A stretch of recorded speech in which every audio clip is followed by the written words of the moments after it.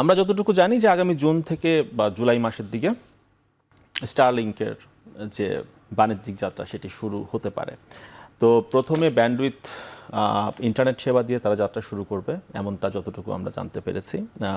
তো অফিসে, বাসাবাড়িতে এখনও পর্যন্ত আমরা যেটা দেখি যে ইন্টারনেটের জন্য আমরা মূলত ব্রডব্যান্ড যে ইন্টারনেট সেবা রয়েছে সেখানেই আমরা আস্থা রেখেছি, যেটা আইএসপিরা দিয়ে থাকেন আমাদেরকে সেই সেবা। এখন স্যাটেলাইট ইন্টারনেটের যে ব্যবসা বা বিজনেস সেটা কেমন হবে, তারাও কি একই আস্থার জায়গা আমাদের দেশে তৈরি করতে পারবে কিনা, আলাপটা শুরু করতে চাই আমিনুল হাকিম আপনাকে দিয়ে।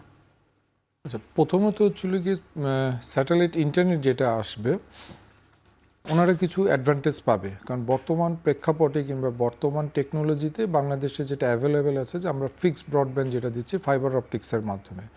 তো এখানে সবচেয়ে বড় ব্যারিয়ার হচ্ছিল গিয়ে অপ্রিয় হলেও সত্ত্বেও আমাদের বাংলাদেশে সেভাবে ইনফ্রাস্ট্রাকচারটা তৈরি হয় নাই।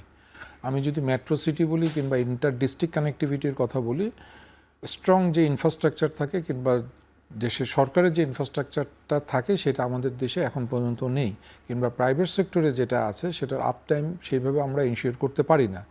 দ্যাটস ওয়াই স্যাটেলাইট কোম্পানি যেই ব্যবসাটা নিয়ে আসবে বাজার ওনারা ডেফিনেটলি ভালো বুঝেন, এবং এই ফাইবার অপটিক্সের আপ টাইম ইনশিওর করতে না পারাতে ওনাদের একটা বড় বাজার বাংলাদেশে খুব দ্রুত অ্যাকোয়ার করতে পারবে বলে আমার ধারণা। আচ্ছা, যারা আপনারা সেবা দিচ্ছেন, আইএসপি যারা ব্রডব্যান্ড যারা সেবা দিচ্ছেন, তারা মানে ঢাকায় বা নগরীতে বা বড় বড় শহরগুলোতে যে মানের সেবা দিয়ে থাকেন, কিন্তু ঢাকার একটু বাইরে গেলেই হয়তো বা আমরা সেই মানের সেবা পাচ্ছি না গতির ক্ষেত্রে বা মানসম্পন্ন সেবার ক্ষেত্রে, সেই জায়গাটাই তাহলে স্যাটেলাইট কোম্পানির নেওয়ার সুযোগ রয়েছে বলে আপনার কাছে মনে হচ্ছে, তাই তো? এখানে দুইটা বিষয়, একটা হচ্ছে গিয়ে কোয়ালিটি অফ সার্ভিস, আর একটা হচ্ছে গিয়ে যদিও রিলেটেড আমার আপ টাইম ইনসিওরিটির জন্য। কোয়ালিটি অফ সার্ভিস যদি আমরা ধরি, ঢাকা মেট্রো, চিটাগাং এবং যে কোনো মেট্রো সিটিতে আমি বিশ্বাস করি যে কোয়ালিটি অফ সার্ভিস আমরা ইনশিওর করতে পারি। ঢাকার বাইরে উপজেলা কিংবা কোনো ইউনিয়ন পর্যায়ে সেভাবে কোয়ালিটি অফ সার্ভিসটা ইনশিওর করা যায় না। সেই ক্ষেত্রে স্টারলিংকের কিছু গ্রাহক ওনারা অ্যাকোয়ার করতে পারবে, এবং যদি আপনি কর্পোরেট সেগমেন্টে আমরা চিন্তা করি, কর্পোরেট সেগমেন্টে ওনারা একটা মার্কেট অ্যাকোয়ার করতে পারবে ঢাকাতেই, সেটা বড় ঢাকাতে এবং ইন্ডাস্ট্রিয়াল এরিয়াগুলোতে। কারণ আমাদের ইন্ডাস্ট্রিয়াল এরিয়াতেও কিন্তু ফাইবার অপটিক্সের যে নেটওয়ার্ক ইনফ্রাস্ট্রাকচার আছে সেটা কিন্তু এখনও সেভাবে তৈরি হয়নি। বিগত সরকার বিভিন্নভাবে বলেছে যে আমরা ফাইবার অপটিক্সের নেটওয়ার্ক তৈরি করেছি, বিভিন্ন প্রজেক্ট হাতে নিয়েছেন।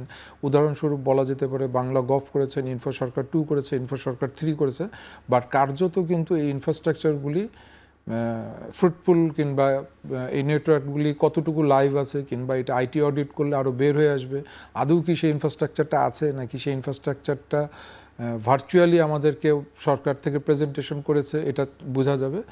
ইনফ্রাস্ট্রাকচার না থাকাতে কর্পোরেট ক্লায়েন্টগুলি আলটিমেটলি দেখা যাবে যে আমরা এখন স্টারলিংকে শিফট করতে পারে। আমি ইন্ডাস্ট্রিয়াল এরিয়ার কথা যদি বলি, রিমোট একটা কোনো ফ্যাক্টরি সে যদি কোনো আইএসপির সাথে কানেক্টিভিটি করে, স্টিল আমাদের পয়েন্ট টু পয়েন্ট রেডিও কিংবা point to multi point radio ডিভাইসের উপর নির্ভর করতে হয়।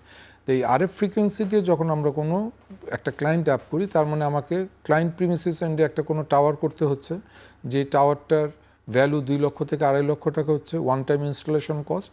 সেই ক্ষেত্রে স্টারলিংকে যদি যায়, স্টারলিংকে গেলে দেখা যাবে ওনাদের জন্য কস্ট এফেক্টিভ সলিউশন হবে। তার মানে ব্রডব্যান্ডের থেকেও কস্ট এফেক্টিভ হবে, সেটা কর্পোরেট মার্কেটের জন্য কস্ট এফেক্টিভ হবে। আর আপনার যদি ব্যক্তি পর্যায়ের ব্যক্তি কিংবা হোম ইউজারের ক্ষেত্রে বলি, আমাদের বাংলাদেশে এখন পর্যন্ত যদি হোম ইউজারদের অ্যাভারেজ আরপু আমরা চিন্তা করি, আরপু কিন্তু 500 থেকে 600 টাকা।